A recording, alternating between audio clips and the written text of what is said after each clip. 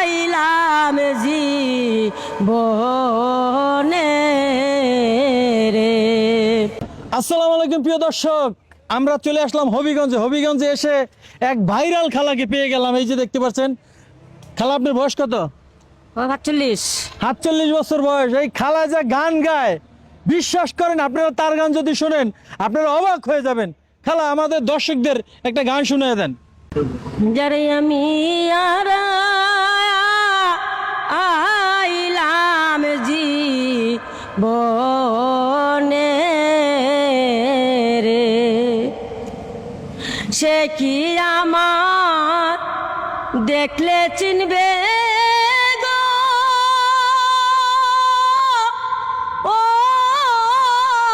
তার জল দেখলে দুই নয়নে, ও তার জলে দেখলে দুই নয়নে, যারে হারায় আমি যারে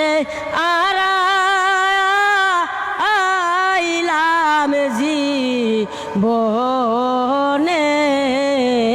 রে।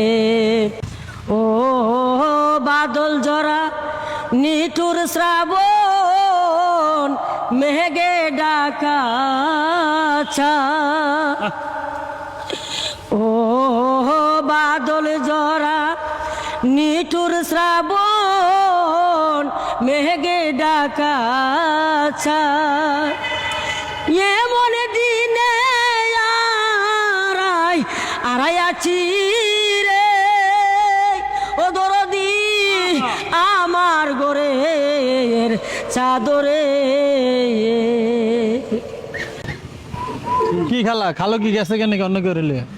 না যায় নাই আছে। হ তাই যে কইলেন, যেভাবে গানটা বললেন আমি মনে করছি কি খালারে ছাইরা খালু হয়তো আবার নতুন কোনো খালাকে নিয়ে সংসার করতেছে, এরকম কিছু মনে হচ্ছে। না না, সে তো ফাঁকে ফাঁকে মধ্যে মধ্যে ঢাকা থাকে, মাসে মাসে আসে, ওই জন্য।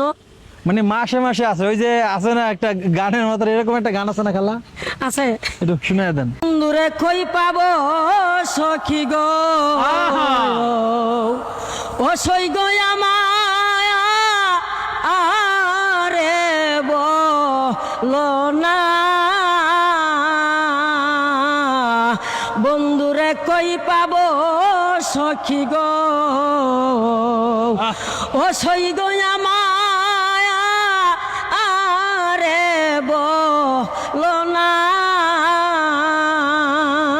আমার বন্ধু বিনেই পাগল মনে বুঝায়া আইলে বুঝে না, আমার বন্ধু বিনেই পাগল মনে বুঝায়া আইলে বুঝে না, আমি সাদে সাদে ট্যাক্সি পাদে গো,